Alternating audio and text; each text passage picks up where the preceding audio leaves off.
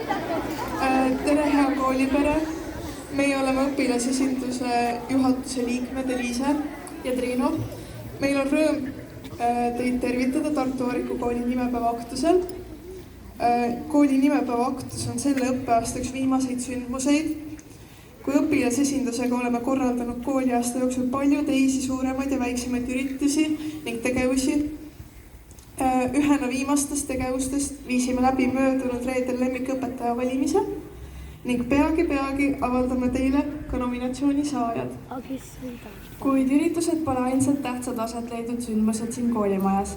Nimelt, eelmise kuu lõpus sooritasid 9-ndikud oma esimese eksami, eesti keele eksami. Kohe ootab neid veel ees matemaatika ning valikaine eksam. Soovime neile palju jõudu ja jaksu. Meie teekond on siin koolis kestnud pea 9 aastat. Oleme õppinud selle aja jooksul nii palju, sest Variku koolil on olnud meile pakkuda palju võimalusi arenguks. Loodame, et ka kõik järgmised lennud kannavad edasi Tartu Variku kooli nime ja väärikust. Anname sõna Tartu Variku kooli huvijuhi ja õpetajale Ken Markus Ülele.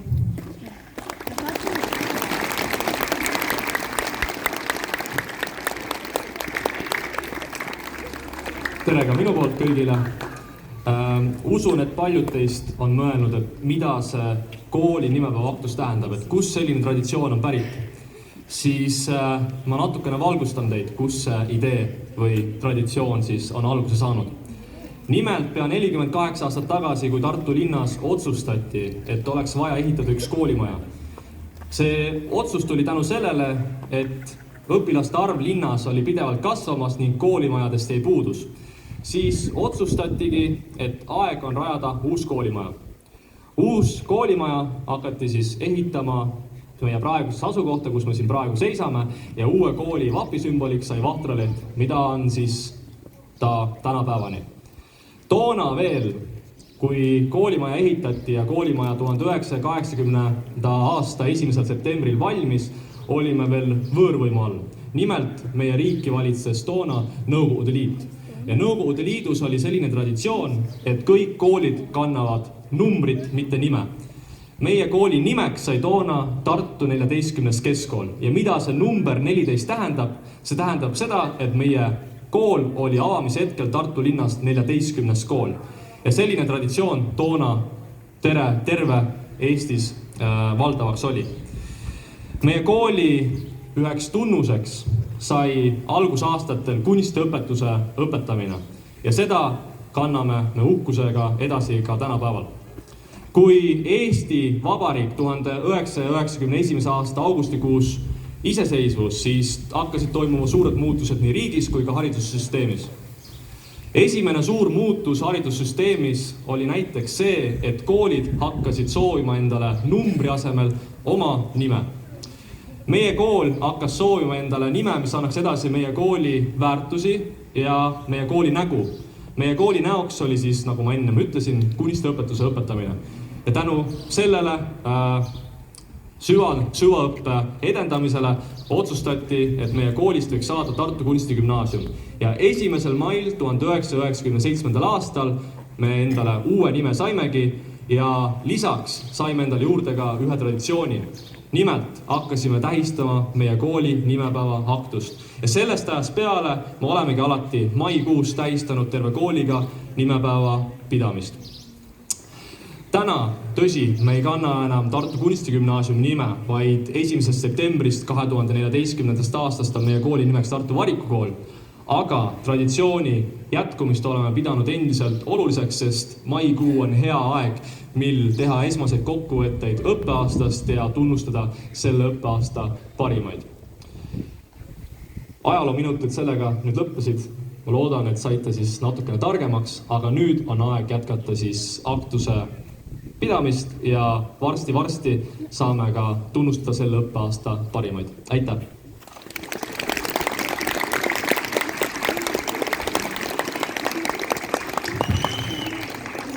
Järgmisena esinevad teile Maria Melani ja Anni Kohtring 2. C-klassist looga Kevade soojus.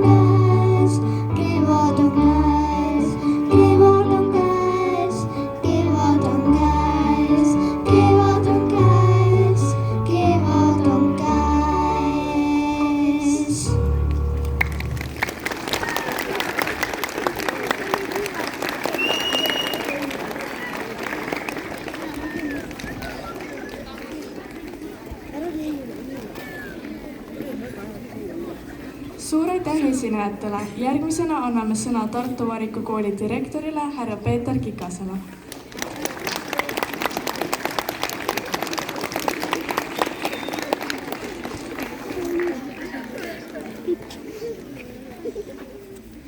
Hea koolipere, täna on 5. mai ja 5 kraadi sooja. See on ka suhteliselt traditsiooniline selle aktuse mõistes.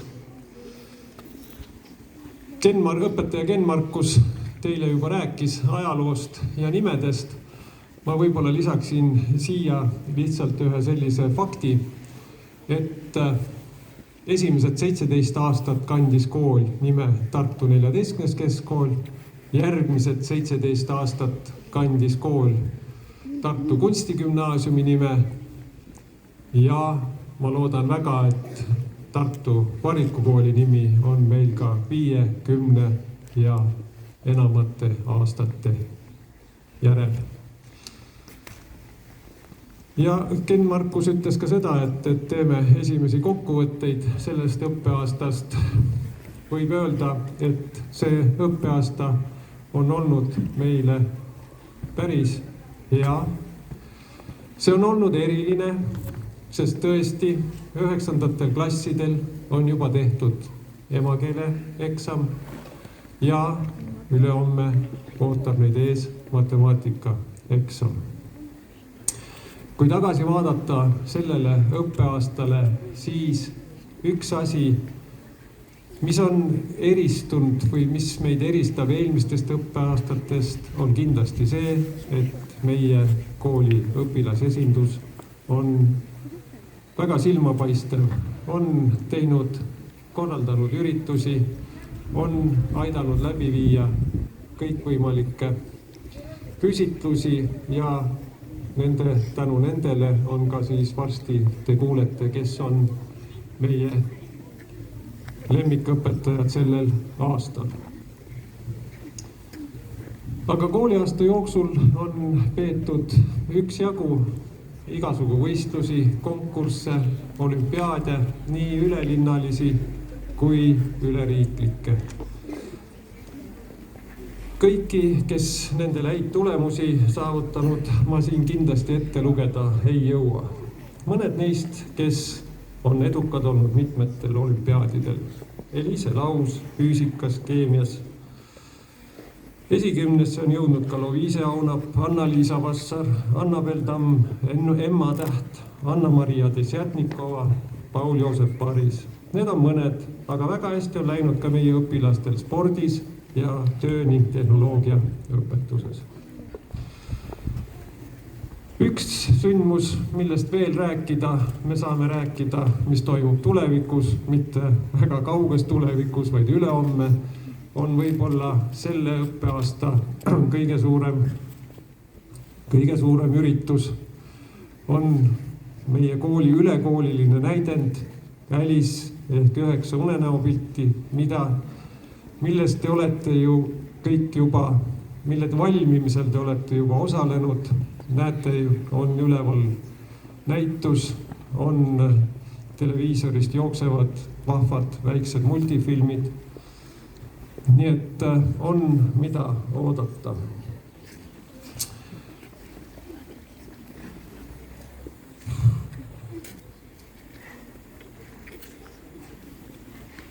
Aga ilusat nimepäeva!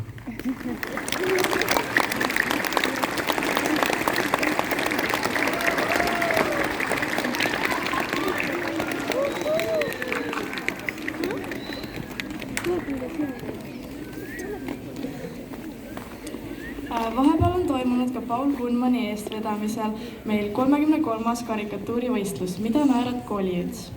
Töid konkursile saabus igast Eestimaa otsast ning silmapaistvaid töid oli väga palju. Üks parimaid töid pärines just meie koolist. Palume siia õpilase Kristelle Otto, kellele anname üle auhinna edukalt konkursil osalemise eest.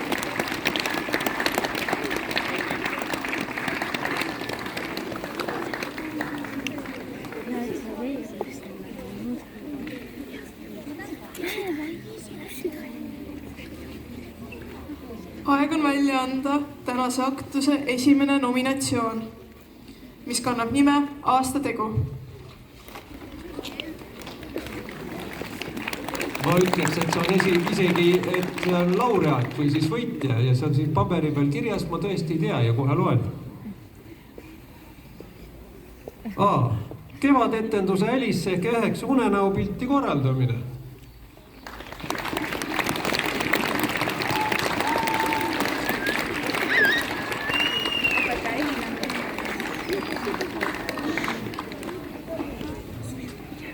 Ma loodan, et kõik selle ilusti kaasa teevad, see pole veel läbi.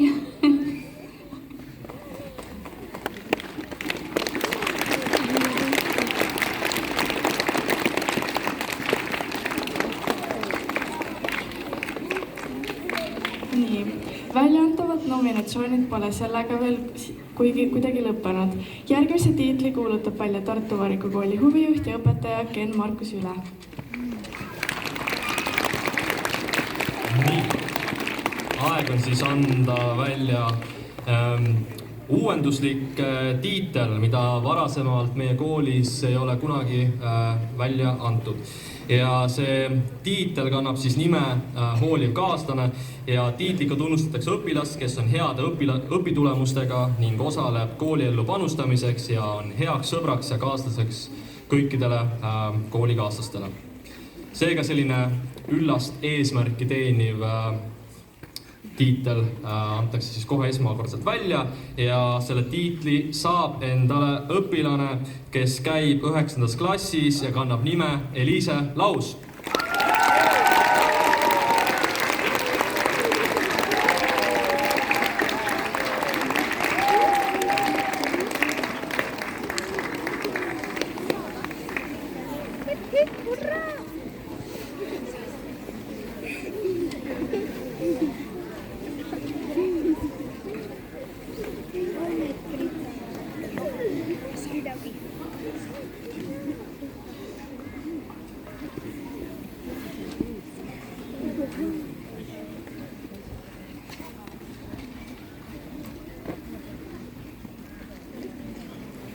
Järgmisena esinevad teile Annika Asu ja Gerda Laul 4. C-klassist looga Annan käe.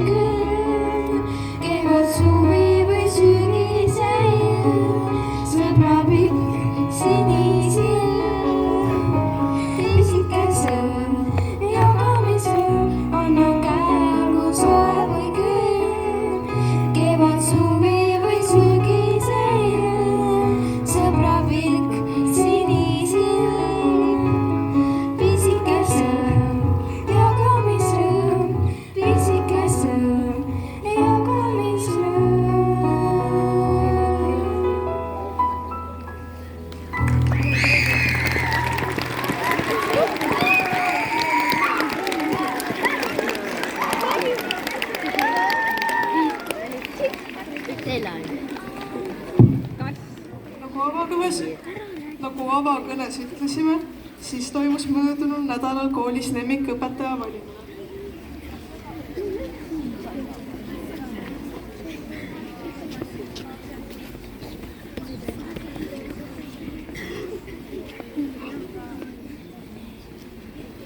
Kuna sel aastal oli õpetajate vaheline konkurents väga tihe, siis oleme otsustanud välja anda ka eripreemiad nimega Õpilased tunnustavad.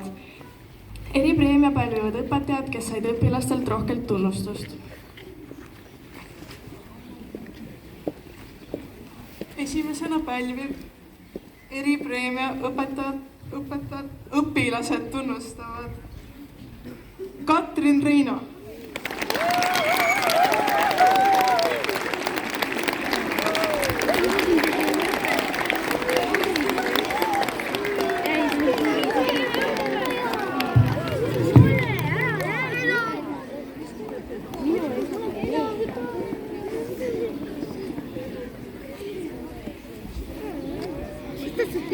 Teisena pälvib eripreemia õpilased tunnustavad õpetaja Külli Lume.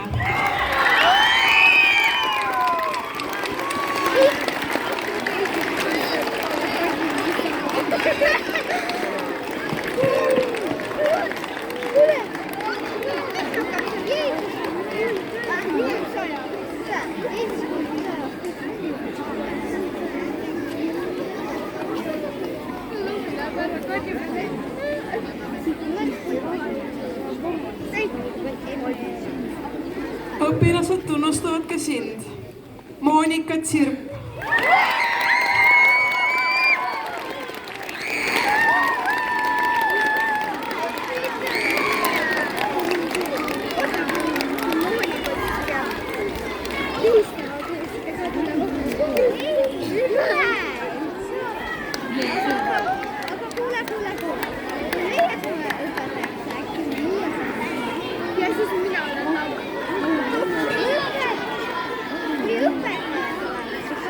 Viimase eripreemia õpilased tunnustavad pälvib õpetaja Kadri Karjus.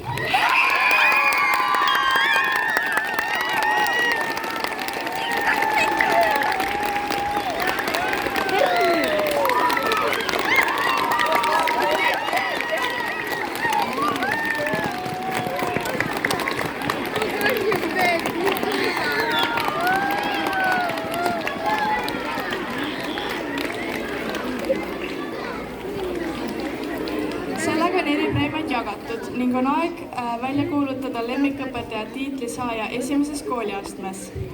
See õpetaja on alati rõõmsameelne ja on olnud 100 õpilaste klassijuhatajaks selles koolis. See on Maire Kiidron.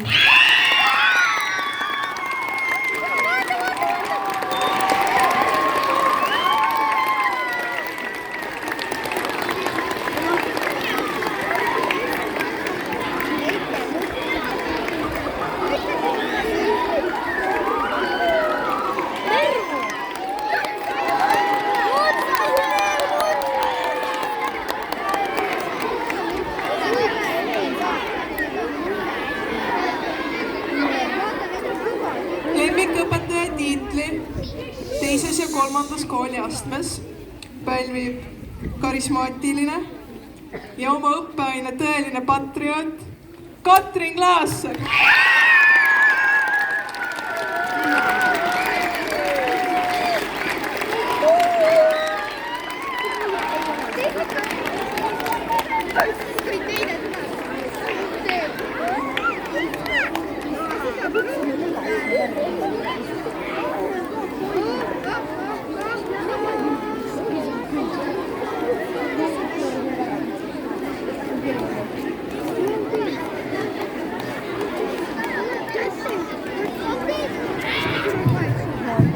Nii nagu õpilased valisid enda hulgast hea kaaslase, siis ka õpetajad valivad igal aastal hea kolleegi ja sellel aastal on siis heaks kolleegiks valitud õpetaja Ken-Markus Jüle.